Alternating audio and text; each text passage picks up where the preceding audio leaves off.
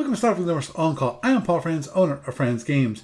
I run SFU Online, FedCom Online, and Starfleet Warlord. Just remind how to join us for a talkcast every Thursday night starting at 9:30 p.m. Eastern Time. You can either call on the phone just dial 605-562-0444. Just follow the directions. The call ID is 17702. Or you can participate on the web. Just go to the TalkShoe website at www.talkshoe.com. Search for call ID 17702. Or search for SFU On Call or Starfleet Universe On Call, and you will find us there. And of course, you want the best online experience. What you want to do is you want to go to twitch.tv at twitch.tv/SFU On Call, and you will find us there. You will watch the beautiful live stream of my face and other things. Well, my screen, not other parts of my body. Just to let you know that. And of course, you can join the chat room. So, moving on forward, if you need to contact me for any reason, my email address is sfuoncall@gmail.com. It's sfuoncall@gmail.com. Also, if you want to follow me on the Twitters or X or whatever they're calling it these days, you can follow me on the podcast account. That's SFU On Call.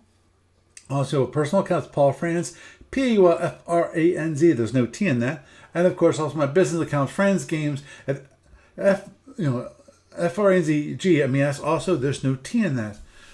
And of course, this lovely Talkcast gets turned to podcast available on iTunes and various other feeds around the net. ADB is still working hard on trying to find a replacement for Shapeways. And that's pretty much all the news from ADB. But this week on Fine Online Store, something that is, at this point, pretty old. And for those of you, it was a temporary thing, which was the Starfleet Times. Currently, they offer the 1 through 5. They offer packs of like 5 of them for $7.95. These were distributed during the interim, when basically ADB and Task Force Games decided to split. But this is the only thing that because of Task Force Games was the distributor of all products from ADB, at least that was the agreement. ADB could not publish anything, but to keep interest, Task Force Games allowed ADB to create what was called Starfleet Times.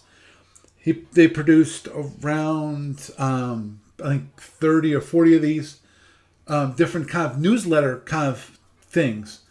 And now they're available for you to buy in packs of 5. Also, if you want to, these are also available as ebooks. But if you want the hard copies, like some of us like hard copies of games. In this case, it's not a game, but it's a newsletter. They have Starfleet Times number 1 through 5. This is $7.95 for all 5 of the Starfleet Times. Number 1 is Gordon Ryan Fast Cruiser, the first draft of a custom ship design system. Yikes. I'm sorry, nightmares from I think it was the S3 rules. Okay, also Tholian IC Maulers, which is interesting because the Tholian's IC never had Maulers. A D5 Squadron SSD and also a monitor scenario. That's on number 2. Number 3 has the Ryman's Saberhawk SSD CDS expansion rules, which that's for the Andro, the Frax, the Windfish, and the Saltorian. Number 4 is actually a humor edition, including weird ships from the Orions, Klingons, and Winds. And number 5, this is a good one, Tournament Spotlight, including tactics for the new ships added in 1995. Yes, I did say that. 1995. That is almost 30 years ago. I got that right? Yeah, 30 years ago. It's actually right now 29, but as I said, almost 30. So, to say the very least, it is old. Did not realize how long ago that was. But anyway, moving onward and forward to SFU Online Tournament, the Sapphire Star 18 tournament, we have signups. We have 13 signups.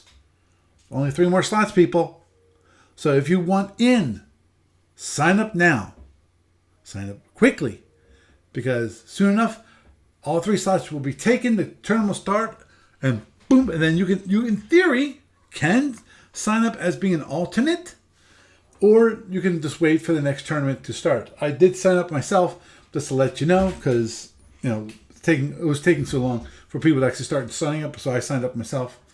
I will talk about what ship I have after all signups are done, and then so that everybody will know at that point. Moving onward and forward, when it comes to library reports, there's no updates, nothing new from for the SFB side or the FedCom side. As I mentioned before, the FedCom side, I did add the gunboat ships a few weeks ago. So if you didn't hear about that, actually it's been announced. I announced it on Facebook. I don't think I announced it on the discussion on the BBS, not the BBS, the bulletin board. Yeah, the bulletin board for FedCom.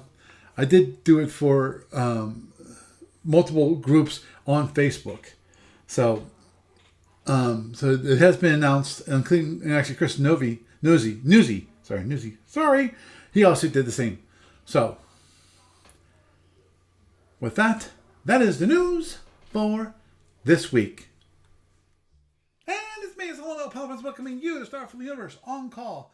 And tonight we've got Doug. Say hi, Doug.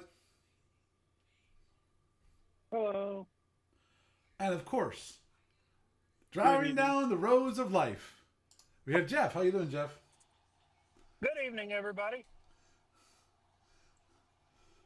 Okay, and don't mind me, people. It's, you know me. You've been here long enough. You'll know that at the beginning, I usually get my Twitch stream set up over there so I can actually see what I'm doing.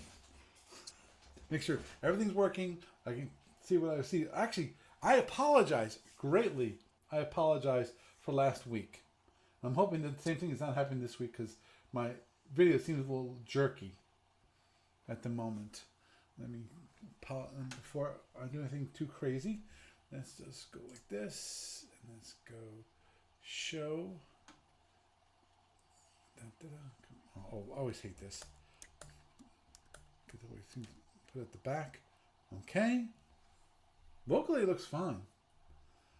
I'm hoping at least the recording is fine, because streaming still looks a little jerky. So that was actually one thing I found. I found out with last week's recording, which was I saw jerky over here on Twitch. I'm like, okay, maybe it's just streaming and all that kind of thing. You know how buffering occurs and all that kind of thing. But no, I actually recorded it like that. So it's like, oh man.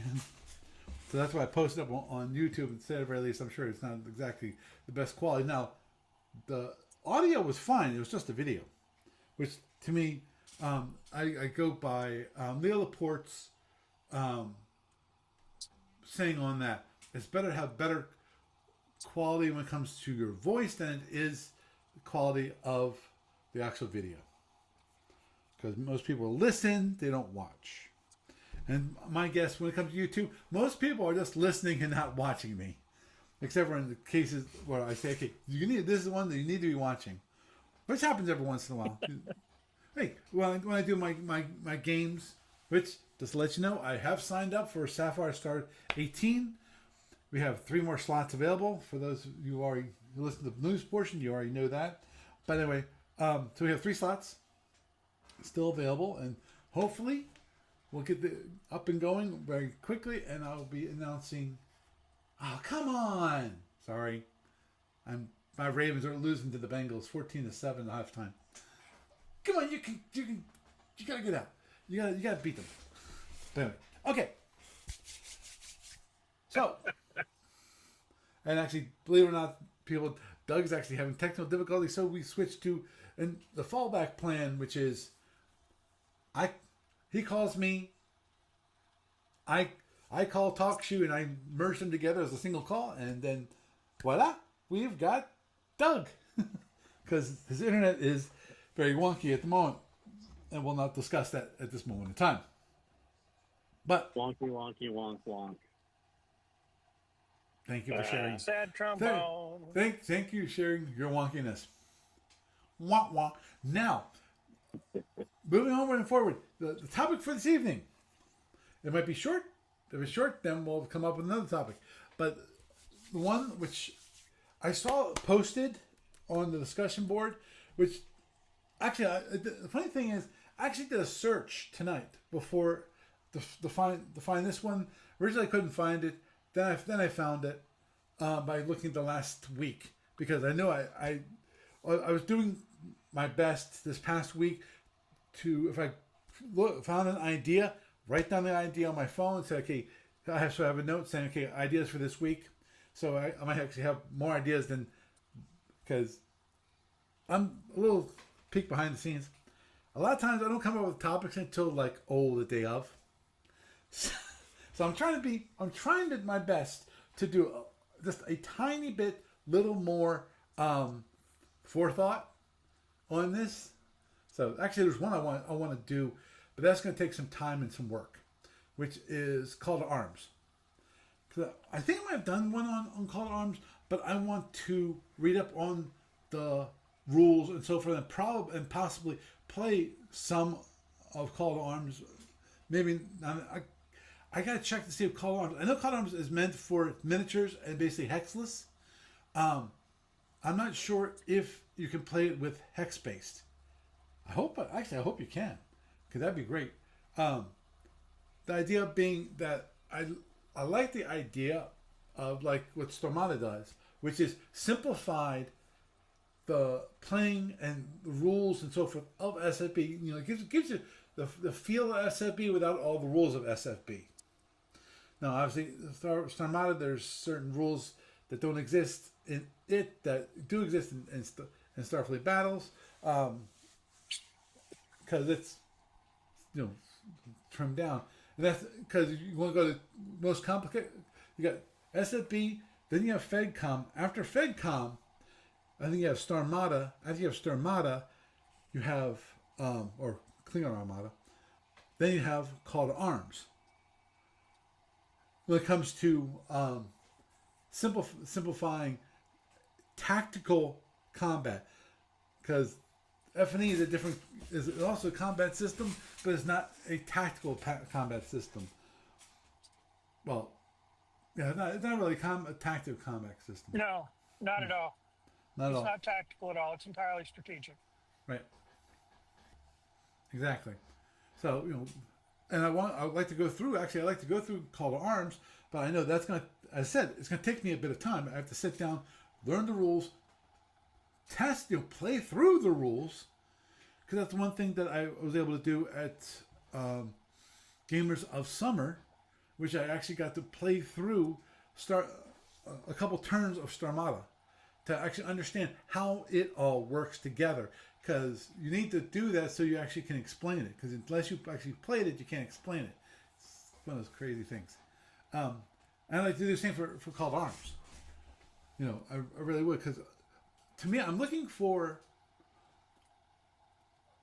the simplest version of SFB. Take away all the details of SFB, because I know SFB has a wonderful. It's absolutely gorgeous when it comes to details. For an engineer, the engineers, just like me, love those details. They make it, in my mind, it makes it more realistic. And that's one of the things that's where you. Yeah. I'm sorry. It's okay. It's like the over detailing in SFB is where you get that mission creep and that whole just bogging it down thing. Oh yeah, it can be very bogged down. Because it's really it's still kind of a strategic-ish game more than really. I mean, it's tactical, but it's just kind of in an odd spot between really tactical and strategic because of the abstraction. That's where it is. That's what I'm trying to get at. So it's an abstracted tactical game. But when you get into trying to over-engineer it, It's like, oh my gosh, that's where you end up with like the massive bogging down of everything. Yeah, I'm but sorry, go on. that's fine. But as an engineering, I love that. I love those details. I love those details. That's one of the things that I really loved about SFB to start off with. Now remember, folks, boys and girls, children of all ages. Sorry, started laughing because when I learned SFB, this was in 1980. I think it was either 84 or 85. Well, I think it must have been 84 because I remember in 85 that actually was my first co-op. No, my first co-op actually was. Well, no, it was 86. 86. So I must have learned it in 85. I think it was my sophomore year at Drexel University is when I learned it. It was 85 or 84 or 85. One of those two. When I learned it. But anyway, back in those days, you did not have computers. You did not have the computers that do all of this wonderful graphical stuff. It was pretty as you know about 8-bit graphics. That's what it was.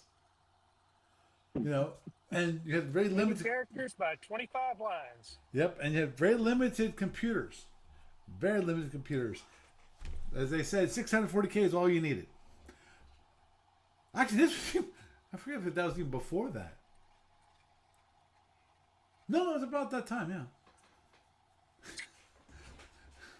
Which was nuts. Come on, when the computers I had, one of the first computers I had, well, actually my first one I ever used had 8K. No, actually 4K. I think it was 4K. Yeah, it was a Heathkit H8 with an H9 terminal that my brother put together for the Heathkit, and that one was interesting because invariably the problem with those kits was invariably you get it wrong, and then you have to take it into the Heathkit shop and they'd fix what you did wrong, what you soldered wrong or did wrong in putting together your computer. I'm not sure how much that cost because my father paid for it, but I remember going into the Heathkit shop and actually bringing it in and then them fixing it. And then my second one was the Commodore 64, like 64K. Hey, I was really going up in the world. And after that, then I got a 128K Mac. These are limited machines here, people. But anyway, so the whole idea of having rules that had that kind of level of detail was great because it made it very realistic for a board game. You know? So, yeah, I agree there, Aegis. Aegis was pointing out on the chat room, remember, we do stream on Twitch and you can talk to me via the chat in Twitch. And he was mentioning that when all players are well versed in the rules, it runs really smoothly, and I agree 100%. This takes time and patience in the second language to our. It is a second language to our gaming group now. Yeah, that you can say that. Funny how that happens. Right, and the thing is, if you look at the rules for SFB, I mean, you really look at them. Most of them are just the details of between the interactions between the different systems. Yep. You know, and so it just And they use congruent metrics.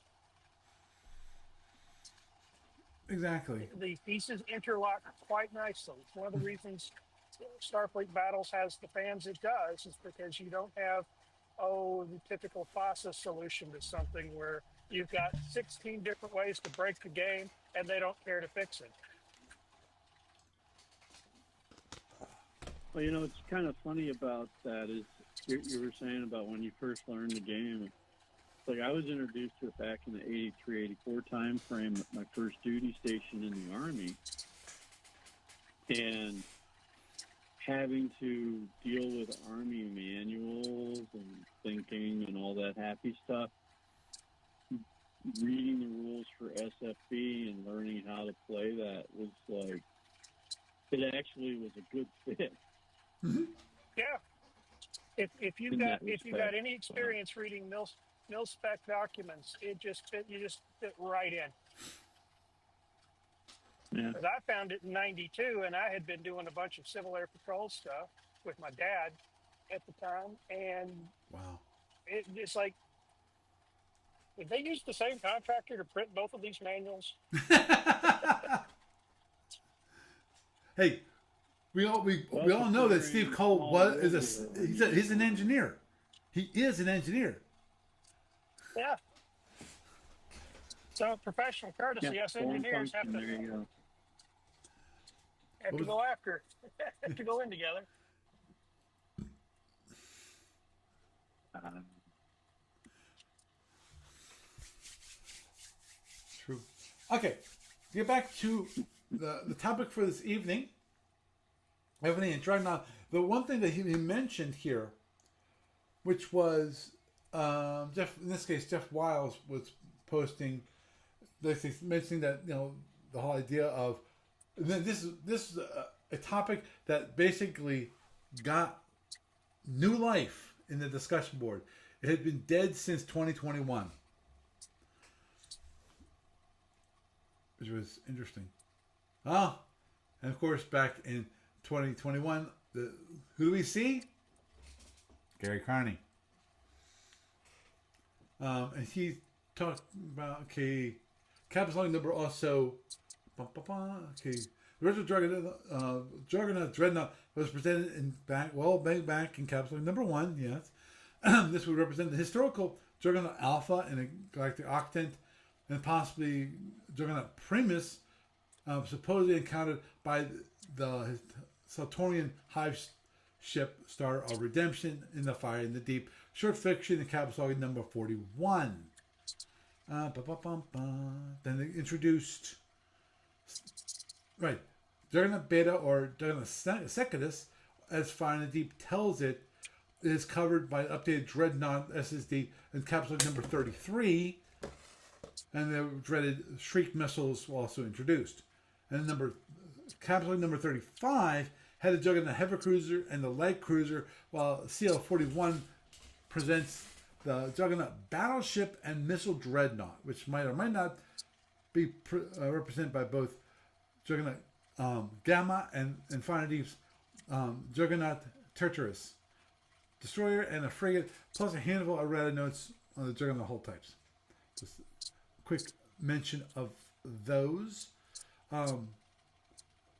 And that's kind of background material, because one thing I was mentioning is that he's mentioning here, in this case Charles will mention that, so you have a situation where a big dreadnought incursion could render a region of space more or less lawless. Basically, he's come with the idea of that these juggernauts actually take over territory. And then since the local government had the power and have not amassed the force to chase them out.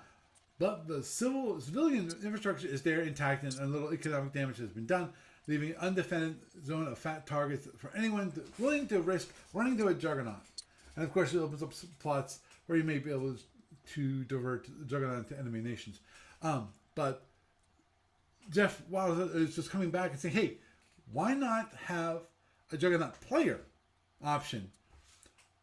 And I look at F&E free-for-all scenario. Instead of a General War regular start, place the Juggernaut fleet in a map attacking the Zinnia and the Coalition. Then historically, each time an empire was scheduled to be attacked, insert a new Juggernaut fleet, perhaps with Charles manufacturing ships.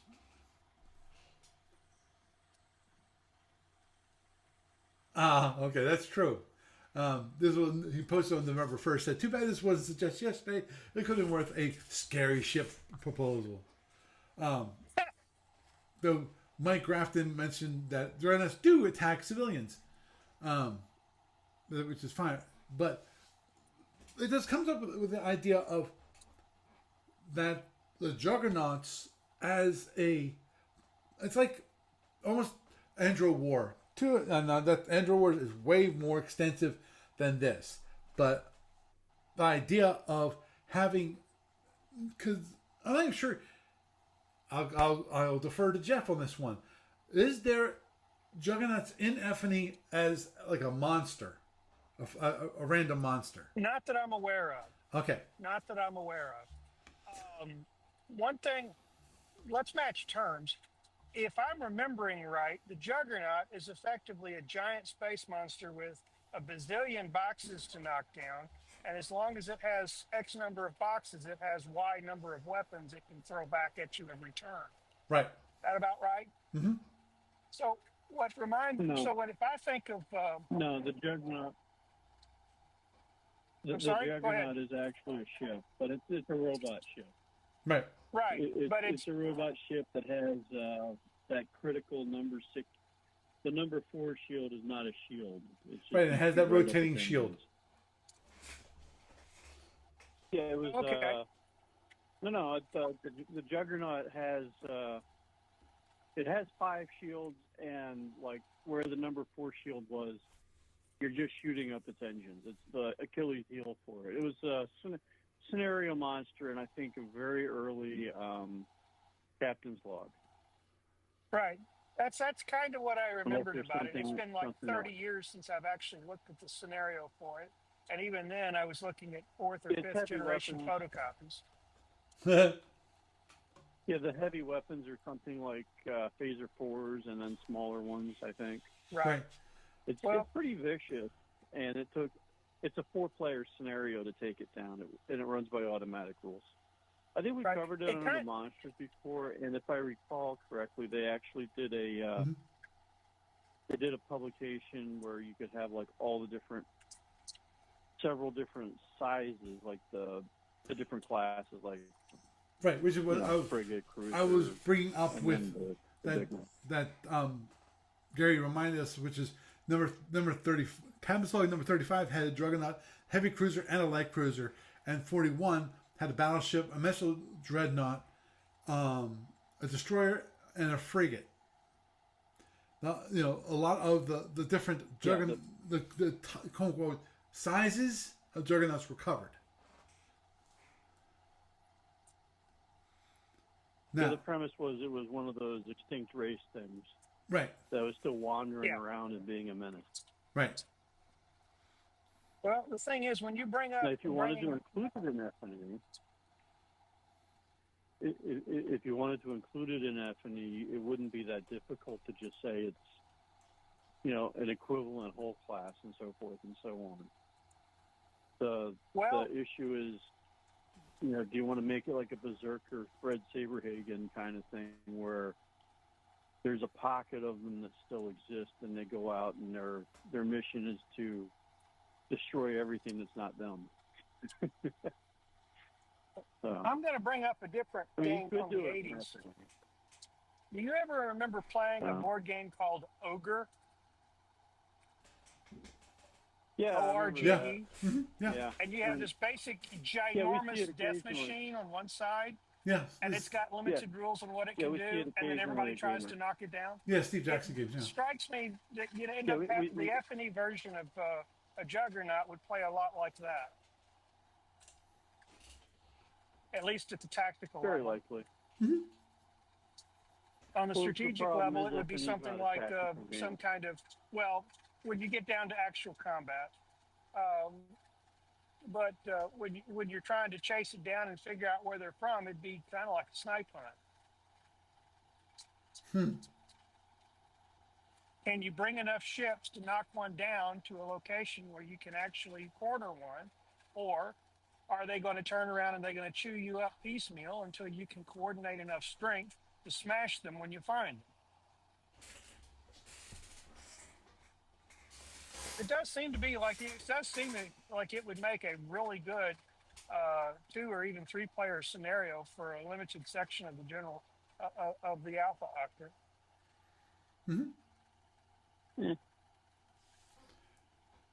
Yeah, I was actually. To me, the interesting idea was actually kind of taking Charles Gray, their idea, and as kind of a small scenario. Something like the four powers war, that kind of thing. Or Right. maybe something a little larger. The idea being that you have the Juggernauts as a one thing actually easy to point out is that there are man versions of the Jugs as an option. By the way, um, you just mentioned that. But anyway, the idea being that the Juggernauts as an empire actually it could be played with a number of Juggernaut ships. Now, obviously, these ships would be quite powerful compared to the ships that were available.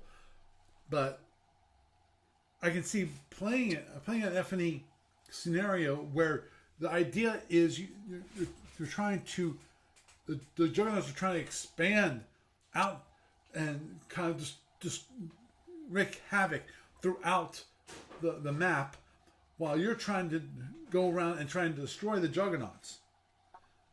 Now, and possibly even have the Juggernauts have their own territory so they can actually build up their own fleet.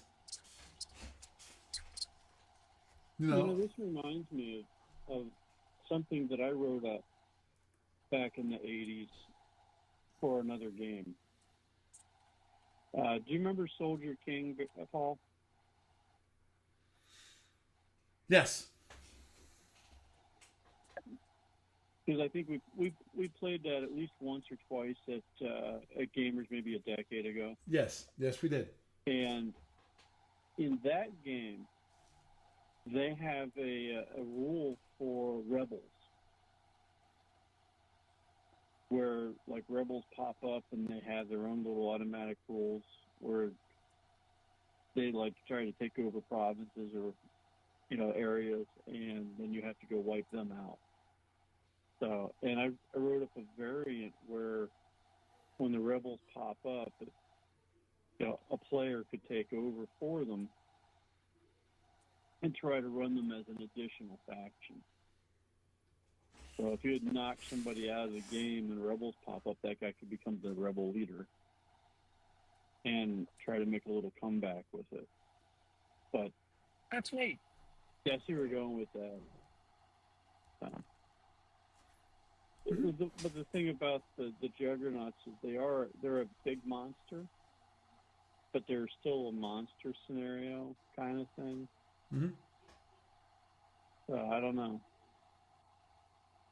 That would be how deep of a dive do you want to go into on that, and what do you get back out of it for the game for playing it? I don't know. It might It could be an be interesting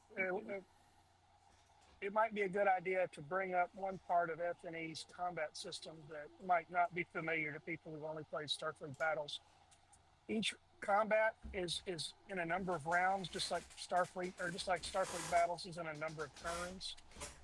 Ships have a compot rating, a combat potential. Once you've done enough damage to that ship to it meet its current compot, you flip it over and it's tripled. Do it again, and of course the ship's destroyed. When it comes to bases, they have an incremental system where you can take a base down piecemeal rather than have to try to come up with 192 points of damage in one turn to knock down a starbase. Excuse me, I'm I don't remember exactly what the number is, but it's high because if you're going to direct damage on a starbase, it's 3 times the normal. You have to do 3 times as much damage for each point. But that's down in the weeds. The Right. thing is that you'd probably end up doing something similar with the various Juggernauts. Is that they would be single entities, but each entity would have a number of incremental damage steps that you would have to slowly whittle down. It should probably be how the combat section of it would work. On the map, the strategic section is that they probably would exude a zone of influence that would disrupt logistic lines, making it harder for your units to stay in supply. Particularly if they if you've got if you've already got strain lines, can you imagine having only one base supplying your entire forward echelons? And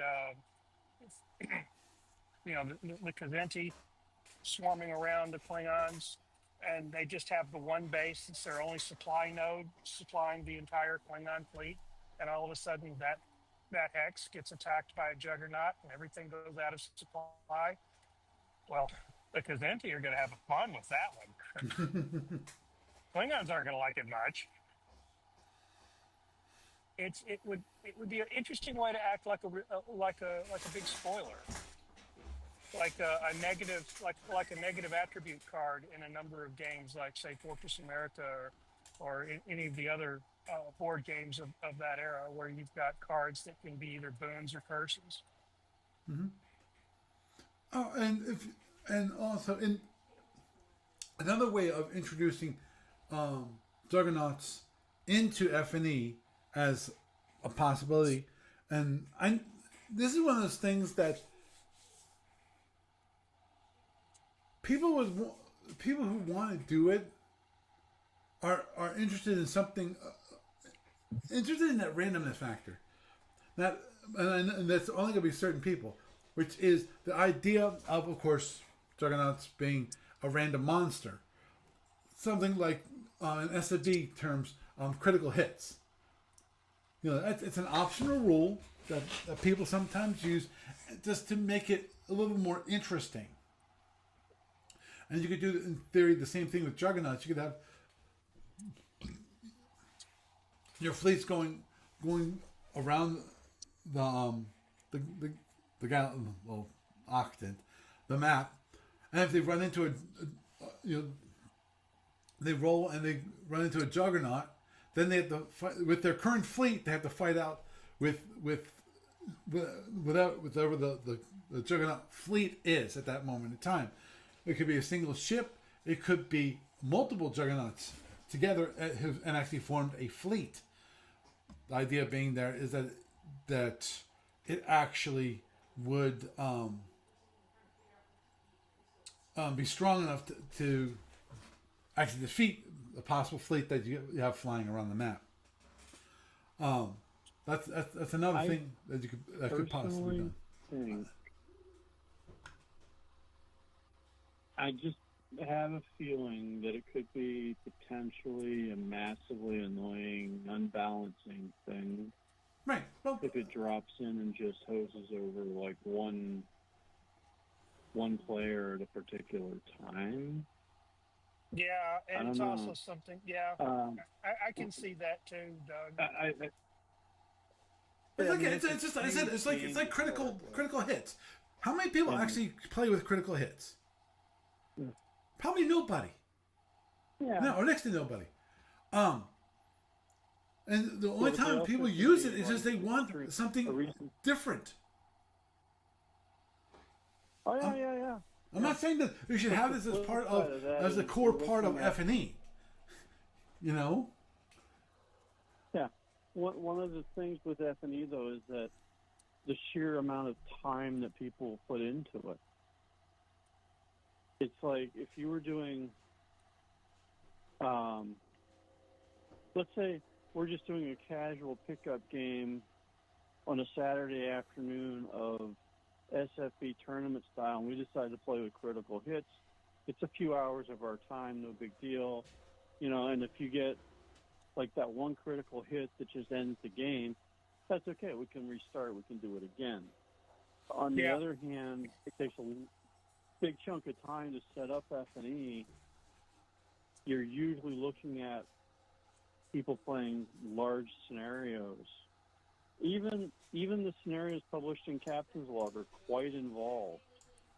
Yeah. And even though they can be small campaigns, they're like a whole day kind of thing.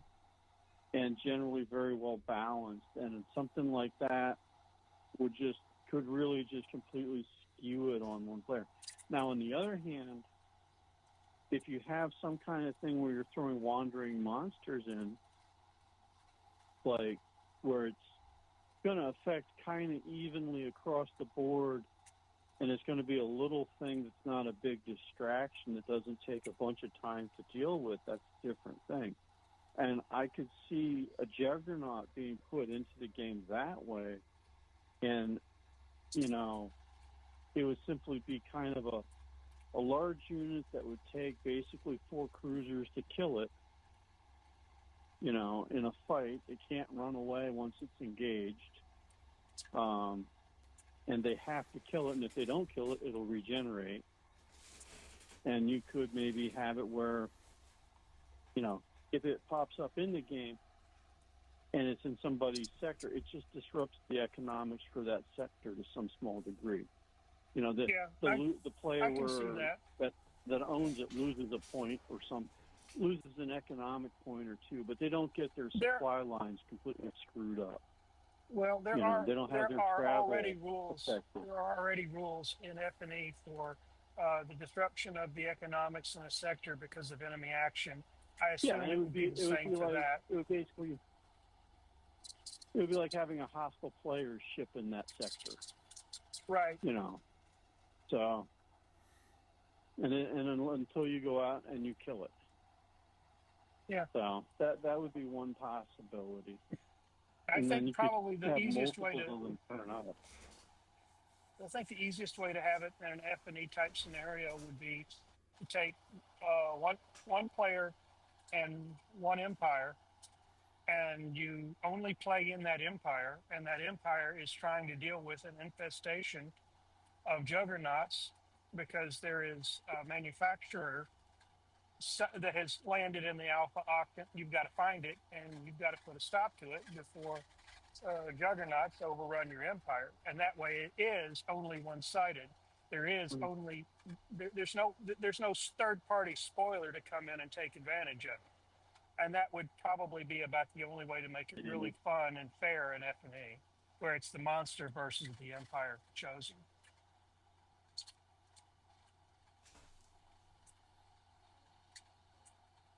They might have something like that for like a solitaire play thing.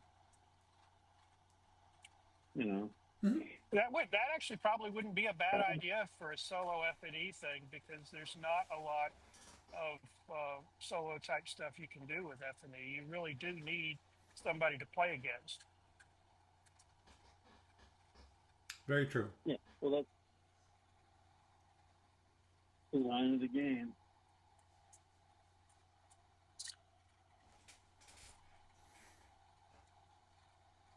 But what you brought up with takes all that time to set everything up and get started, and all of a sudden you've got the monster of the week beating up on only one side, making things very unfun for somebody. It reminds me of something else. Years ago, when I was far more active in the SCA, who was the original HEMA enthusiasts, one of the things that the combat archers used to get a lot of gripe for is you spend all this time and effort and money getting ready to go to the war.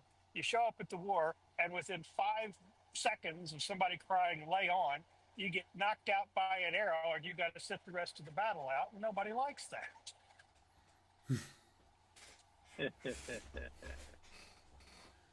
Yeah. That's why some of the kingdoms in the SCA allowed full contact kills on archers, where others were saying, "Look, those guys don't wear a lot of armor. As long as you get within 5 feet of them and tell them they're dead, they've got to retire." And it's like, hey, wait a minute, this guy's knocked out half my crew, who I can't have fun with now on the cleanup side of things, and I can't whap them. What the heck? Yeah, the SCA is an entirely different beast today than it was back then. That's all I'm going to say on that one. Understood. Yeah. But yeah, I think definitely some good ideas. And the one other I definitely one thing that came to my mind, which is basically a monster scenario. Yeah. In other words, like SFB, but you have one player is playing whatever empire, and then they're trying to attack and destroy these juggernauts, and the juggernauts are playable, are player driven empire, and instead of having normal ships, you have juggernauts. And you're fighting along this border in F&E. And play that like a monster scenario, but in F&E.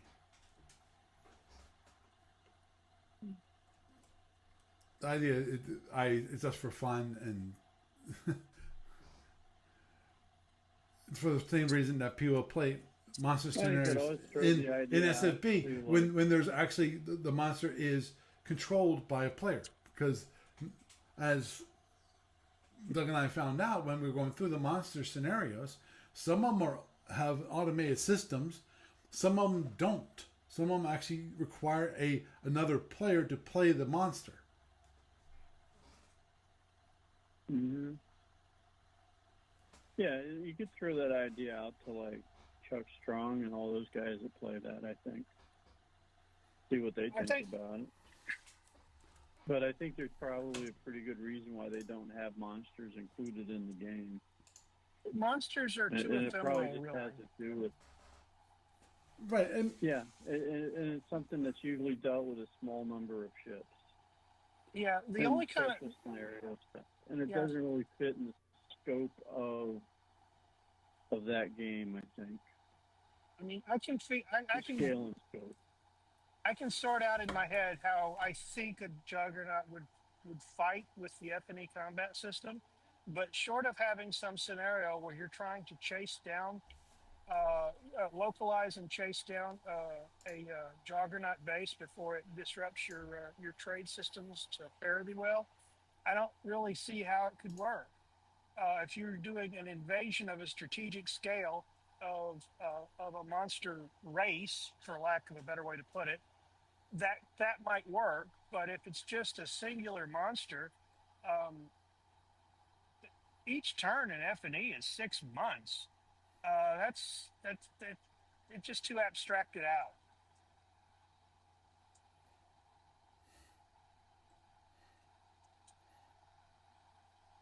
Because most monster fights I mean, even the way the monster fights are in Starfleet battles, unless you're running some kind of weird campaign and the monster wins the first 3 rounds, it's not gonna take more than a week, more or less, for the monster to be tracked down and dealt with.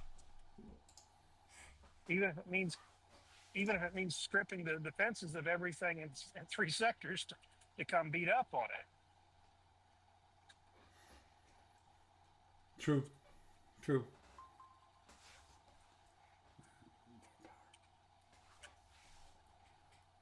Yeah, I agree with that. I think it wouldn't really fit well in the scale of it. No, it just doesn't. Okay.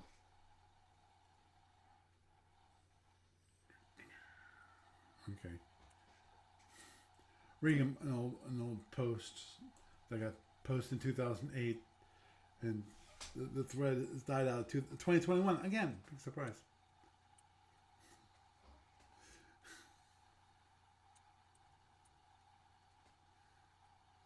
Okay. Whatever. Okay. Might as well bring it up. Which was had an idea. Now,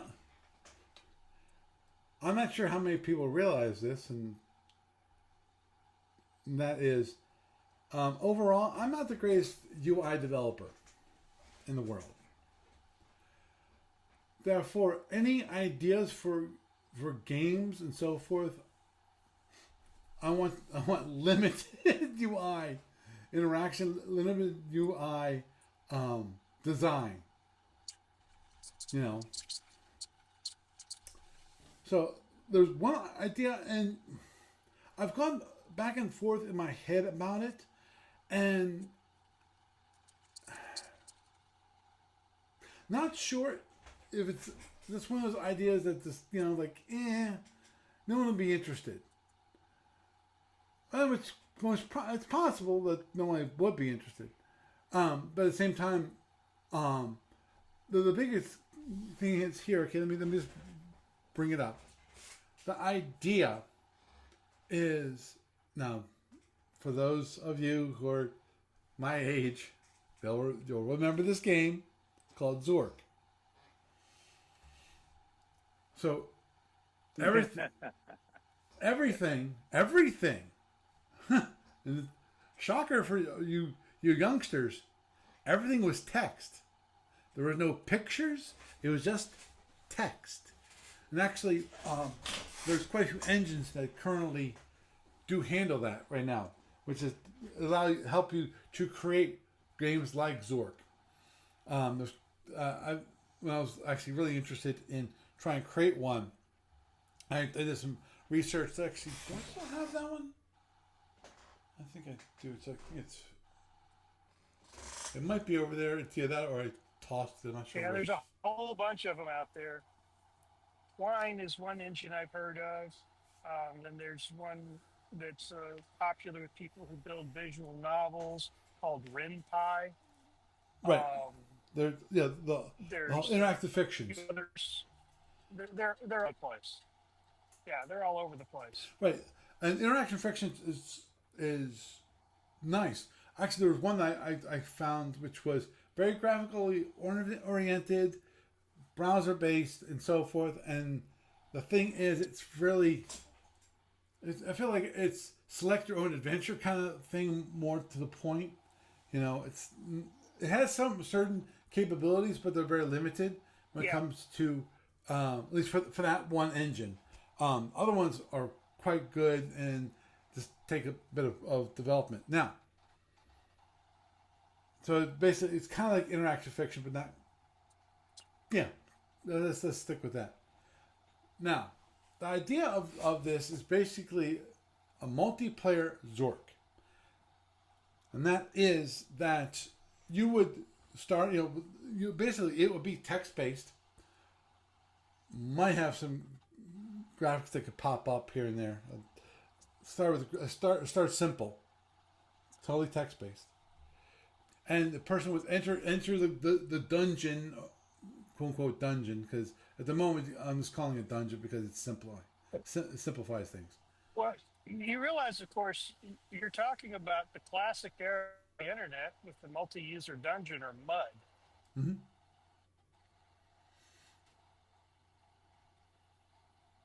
And yes, I know I've just showed my age. Yeah, because I never We're doing on Telnet in the 90s. right, exactly that was the whole. And the question is, the biggest issue for me, especially in this day and age, which is what's the difference between that kind of thing, a multiplayer Zork or a MUD, and chat rooms. So, to me, What? The only real difference between the two, is that chat rooms tend not to have a character tree system, any sort of combat system, or any other sort of extensive map, and put that in air quotes if you like, for you to travel around to various locations that can be described textual. Chat rooms tend to have just a couple of different locations and everybody dumps out in the same place and everything else is just free-form text from the participants, whereas a MUD has commands you throw out and anything that would require dice or anything like that rolls through their internal randomizer to pull out results. It also tends to have a much larger locations listing and additional spaces set aside for the descriptions of various locations, items, people, and things, and so on and so forth. So a chat room is, you could think of a chat room as a Bud Light, but it doesn't really work that way in reality. It's the difference between It's the difference between using a pickup to go to go pick somebody up from school and using a car. You can do both, but the pickup truck get to do.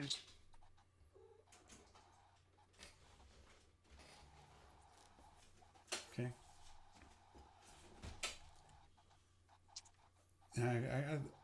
What? Sorry, my cat was interesting. Okay, that's Were you under attack by the cat? yeah.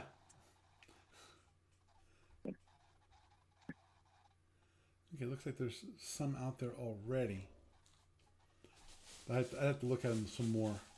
Or So, what were you wanting to put on this text, this multi-user textual thing? ow, Paul? jeez. Well, first I wanted to make sure that the idea wasn't crazy, and it sounds like it's not that crazy. Now, okay. At one point, actually, I thought about basically. I I actually own a domain called SFUadventure.wiki. The idea of that domain was, and I probably never get around to ever implementing because I'm getting to that point in my life where I'm just getting too old. And unless I actually retired today. Whoops. And okay, you're back. Yes, I'm back.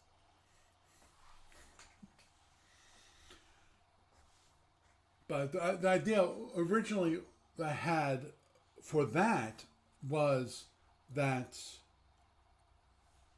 Yes, Jeff? I'm trying to turn it off. I thought it was tap to raise your hand, tap again to lower your hand. Sorry about that. Yeah. I tapped it to lower your hand. Okay, but we're back. With that original idea with an adventure wiki. Now, we all know the issues with wikis, Okay. which is those people that you trust to actually add content to the wiki. You have to trust them not to be malicious in that content that they add. But Or ghost you. yeah, they could do all kinds of slimy things, from pornography Yeah. to vile content, saying, "Oh, this person's awful," or the language used and so forth, that kind of thing. You have to be very trusting in that. And invariably, when it comes to wikis, usually they are versioned, so that anytime that happens, they can go, okay, this person was malicious, roll it back to what was the previous version. Right. But anyway, the idea would be that I could start it, or in this case, my initial SFU adventure was kind of dungeony, but instead of being in a dungeon, you're being in a starbase, and then you can go around the starbase, and run into people and do things and so forth. Obviously, adding objects and things like that, and adding adding objects, possibly adding characters. I'm not sure, characters, possibly even objects. The idea was that other people could be. I could start it and I could add to it, but also people could then start playing it and go, okay, I really would like to flesh out this part of the starbase, like maybe, let's say the engine room, or the Well, it would be engineering on a starbase, not an engine room. But right, things like that, where the I give people the ability to actually expand and add detail, or maybe expand to other parts, like the starbase. You can start maybe at a portal, and you can if you go down to the right, you have the admiral's office, and you keep on going down. You have the mess hall, things like that. If you turn at the end of the hall, if you turn right, you do this. Turn left, you go here. That kind of thing, and start adding to it. And then a part of the wiki. What's that? Oh, this sounds like a great subject for like a long day of talking. If you want to come up sometime. Mm-hmm. But it kind of reminds me of a computer game from the 16-bit era. Oh gosh, circa 1989, 1990, where you had a walking adventure, Zork-like adventure kind of thing on the Starship Enterprise that was actually fully licensed.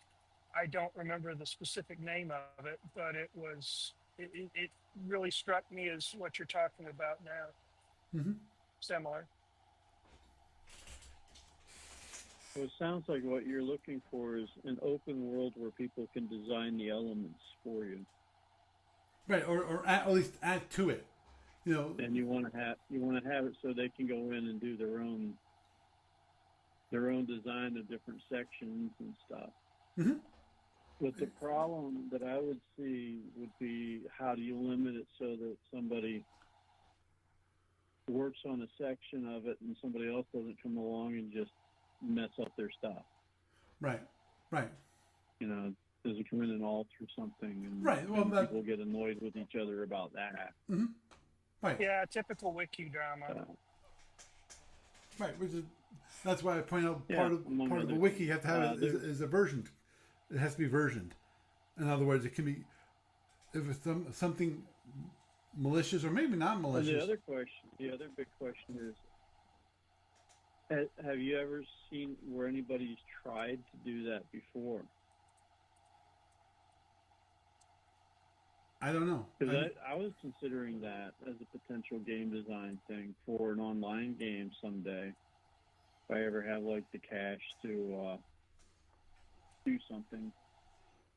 But I was thinking more along the lines of like a big open world thing. Like with an actual world. And you know what? This sounds a lot like it's been done and it's called Minecraft.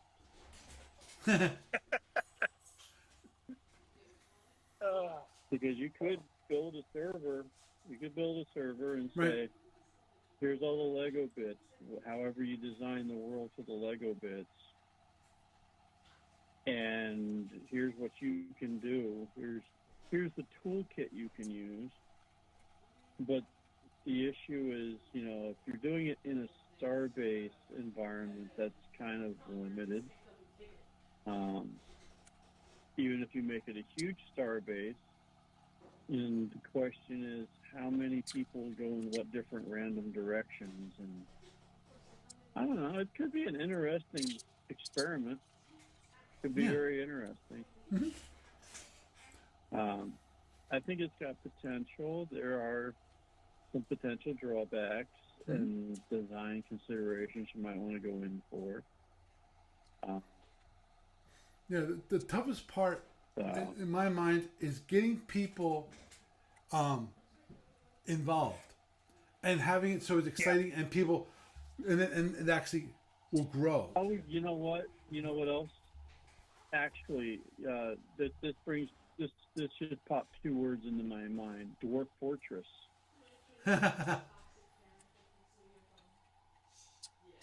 Remember that? Yeah, I know Dwarf Fortress, and that might not be too. Yeah, I mean that's kind of an example, but it's like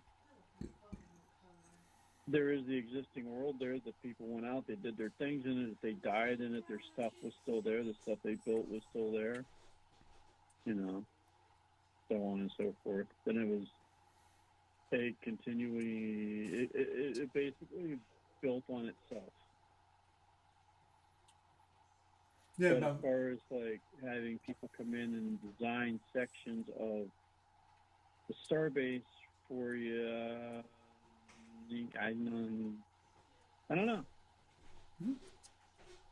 You'd You know, probably end up having to do something like how the way they used to, the more social MUDs that they would do is they would give people who were interested in building, they would give them an anchor seed, and that anchor seed would be a location ID in the database, and they would build everything off that anchor seed, and anything they built would be flagged as their possession. Nobody else could edit it unless they had super user privileges, and then they could link that with permission to various public areas. You'd have to do something like that. Would Hmm. go a long way towards dealing with the wiki stuff. The thing is that you'd also have problems where you have four different engineering departments, none of which are finished, and all of which conflict with one another. Right. Agreed. and then you could have like people endlessly arguing about, you know, how many bits of antimatter does it take to make their engine room work, and then other people arguing about it's not an engine room, damn it, it's a starbase. You know, Are you calling me out, Doug? no, I'm just throwing that I out feel like I'm there. being called out because I said something very much like that a little bit earlier. No, it just fit. It was a form and function thing. Don't take that one personally. Okay, It okay, was I not won't an take it attempt to get personally. at. That's not a dig. It's not a dig. So, but you know, what I'm saying it's like you could end up with like, oh, why do you have portholes in your lounge when your lounge is in the exact center of the starbase? You know, Well, that's where you put. I That's don't where you hide the virtual screens behind the portholes, so that you can give people the illusion of a view outside. Duh! know. I saw that Exactly. episode of Enterprise. Uh, yeah, it's got potential. It's got some issues. I think you need to flush out the idea a lot more, maybe on paper. Right. Oh, agreed. Like, like what is what's the end game? Is there an end game? Right. What is the purpose of the build or the ability to build? Hmm. You know, how do you have the adventure of time go for it within your space? There's a whole bunch of stuff that I've given thoughts to.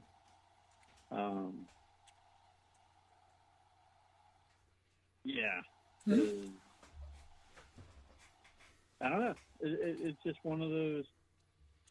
I really think that maybe that's like a good. We could sit down and talk about that stuff sometime, Paul, kind of thing. Hmm. But in Yeah, the that would be short, like definitely be a good hour, way to kill a six pack. oh, the 6-pack, and that's an all day. That could be an all Yeah, day thing, just to get the kickoff on what you want to do with it. Right. Right. So, Yeah. Actually, you got a good point there, which is basically. Oh, can you stop that? Ow! Ow! Ow! Ow! Cat has claws. obviously they can't stop that. Can't. I'm sure they can. They just don't want to. They're like, oh, did that hurt? I'm so sorry. At least I got you to pay attention. Give me my treat. Feed me. Man, Kazan Wars Feed me, continue. human. Stay down there. But yeah, you got a good point there in that. What kind of actions or so forth? Because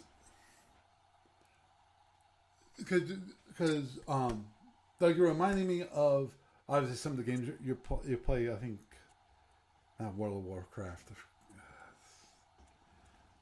I think even online. What's the other one that you play? Wow. Wow, that's it. Wow. I'm mostly into even wow. Right. But the idea of you have to, just like That is, you have to do certain actions to generate points or whatever you want to call them. And that allows you to do other actions. And in the case of this, I can see that being okay, we have certain things which you have to go through the dungeon or the starbase, whatever, and you have to find this, or this, or do this activity to help basically keep the base functioning and so forth. And for that, then you earn this number of points, which then you can build this many rooms. Because of that, the idea of that you're it encourages people to be in the system and playing around inside to earn the ability, to earn the right to actually build, to add on to the system, add what they want, or do something that they can claim as their own. Mm-hmm.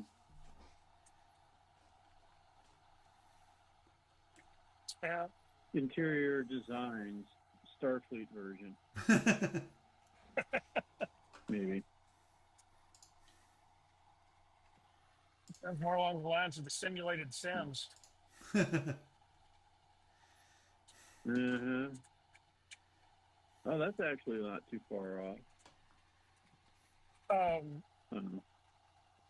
The only thing that brings to mind is, and I hazard to mention it, are you aware of the ongoing controversy that may have been put to rest by now? I haven't been paying attention recently, of Stack Exchange getting their knickers in a twist over various things. No. Other than possibly Okay. AI 5 years ago, scraping Stack their Exchange site. was the place to go if you needed help in a hurry on technical topics, Right. because you could pick the right Stack Exchange for that topic, and you could pretty much talk with people that have a really good handle on the topic, and you would get more than one answer typically. And because of the way the kissing contest worked over there, the best rated answers would float up to the top. Well, what they ended up running into, and I'm talking before the AI stuff came out, was it started becoming apparent that there were people who were playing games with their promotions system on the back end with the moderators and whatnot to boost their friends and attenuate their enemies. And then the whole AI, we're going to scrape the entire of Stack Exchange for AI answers to tell you to put glue on pizza as a topping. Um, just little tidbit: wood glue is not a topping for pizza. Uh, um, and yeah, it's the I think there's still a skeleton of what was once there, but I think they've seen a mass exodus in the actual skilled people that used to go there to donate their time and effort to try to bring up the next generation of devotees to their chosen topics. That's possible. You might One end up thing. having a problem kind of like that. If I'm going to turn around, I'm going to spend 6 hours grinding to get just enough points to bang out another bulkhead to make this one extra room, this one extra compartment. Well, Am yeah, I the only one on this server? yeah, understood. But the idea is that you don't make it. You would not make the cost that so great No. that it's you feel like you're just sitting there and churning away and you're getting no benefit from it whatsoever. Of course, there's also the Among Us effect. It's what I've heard referred to as the Among Us effect. Among Us, that really goofy game that took the world by storm a few years back, Yep. where you've got a number of crew members on a ship that are Momentarily tasked viral. with doing menial tasks, Right. and one imposter who tries to Which everybody on the ship to win. yes, yes, Sabotage. And the yes, I thing know. is, Yeah, it tries to sabotage the whole thing. yes, the thing is that you would end up sitting for 20 minutes in a lobby for enough players to gather to start the game. And as soon as you started the game, the saboteur was selected. Well, as soon as the screen came up and told you you were a crew member, you would see 64 people playing the game would drop down to 4 because everybody who wasn't the saboteur would bail. Like, wait a minute, what happened here? I just spent 20 minutes waiting for a game for this.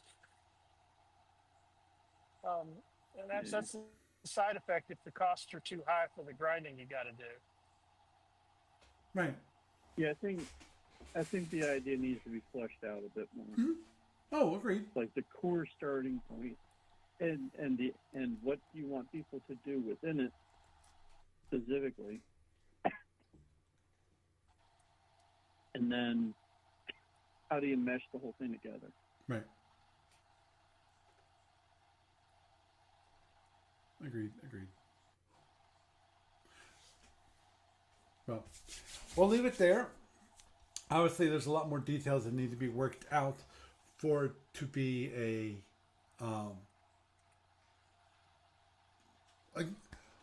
the idea of a world that actually would be expanded upon and built upon, and have it so people can and have it, enjoying building a universe. You know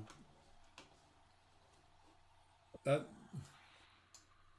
and sorry, I started thinking about the one thing that always is a problem with those universes, which is trust.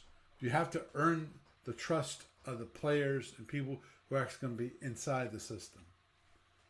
You know, and in some cases, the whole idea of actually, strange as it might sound, exporting your data so that you might have done something really cool, and in some cases, when it comes exactly for this, which is it's a text-based environment, you might create some really cool prose that you want to export later. You've written it all up, and then you saved it, and this is the only place where it exists, and you'd like to actually export that and save it off someplace else, so you don't lose it ever. Licensing terms is something you would require a hard look at too. Yeah, that's always What kind of license do you? What kind of license do you, the manager of the system, require for the content posted by its users? right, which would be probably licensing would be that you own the text and so forth, but you give me rights to actually use the text and show it to others, that kind of thing. Because Yeah. I wouldn't want to actually own it. So, which means that if someone would want to acquire me and acquire the game, I'd say no, because all this text and all this whole world has been built. I don't own it. That my players, they own it. You know, the content is theirs. It's one of those that's it's the one of whole those things sticky that thing. Yeah. you gotta nail down before you really open to Oh, the public. agreed. Yeah. That's because that's really a sticky sticking point. Yeah, you And the might thing want about it is that you've got to give make that a whole sure bunch that of there is a way for you to turn around and you can maintain the rights that you need to have to continue to do what you want to do while at the same time not painting yourself into a corner like several organizations have done over the years. Um, Not to come back to it, but in the SCA, one of the things that participants can do is register a name and a coat of arms. Mm-hmm. And the College of Heralds is who you do this through.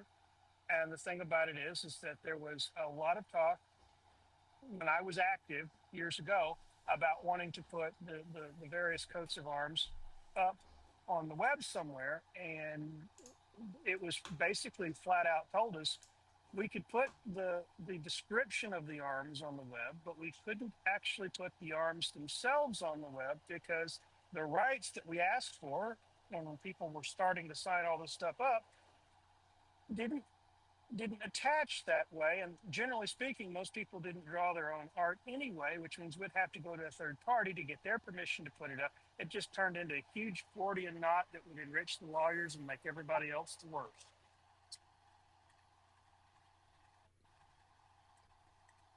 Yeah. So it's one of those things you got to try to keep an eye towards what's going to happen. Okay, fine. Somebody shows up, user A goes in and structures a pretty interesting section of the base, a lot of very flowery prose, Right. and they want to pull that out and put it in a book or a short story or something. As long as they either have the rights from you to use your setting, the parts of it that you control, and the parts of it that other people have written that they control, or do you have any teeth in the agreement? Because if you don't, then somebody's just going to scrape it anyway, say an AI did it, and say, I didn't do this. I just put this into an AI and AI spit it out. And, we're seeing that kind of thing now with all of the ways that certain firms in Asia are very light fingered with IP, where will they'll file off just enough of the serial numbers to get past automated content controls. And right now, I have a Yeah, the suspicion that if thieves. you looked hard enough on Temu and Wish and Alibaba or AliExpress, you could find look-alike, sound-alike, and taste-alike copies of just about everything name brand anywhere in the world. Pretty much, they're thieves. And But I'll say it, they're just thieves. And yeah, if it goes out there, they're going to steal it. Yep. Okay. Well, that. You guys still there? Yep. Need to wrap it up here because it is getting late. It's already 11 my time, and of course, I still have to work tomorrow morning. So, Doug. Okay. It's been a pleasure having you around. We came up with a solution, old school, previous solution. Works. So you have a good night.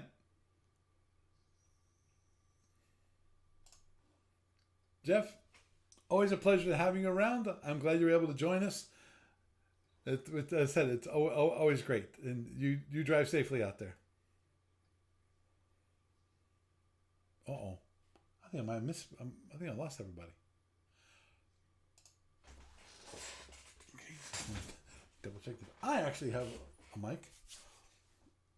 It's possible that okay, everything else is recording. Okay. Just checking.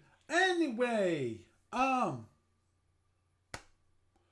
a nice discussion. Actually, I had not planned on bringing that up, but I brought it up. But I think it's a great idea. Obviously, Jeff brings up an excellent point, which I never even thought of, which is the licensing issue. Be surprised. I'm not a lawyer, so I don't think about that. Sometimes I need to think about it more often than not. But anyway, I do. In some cases, I do think about it, but most of the time, I hope I don't have to. Anyhow, with that, I am Paul Franz, and I bid you a good night.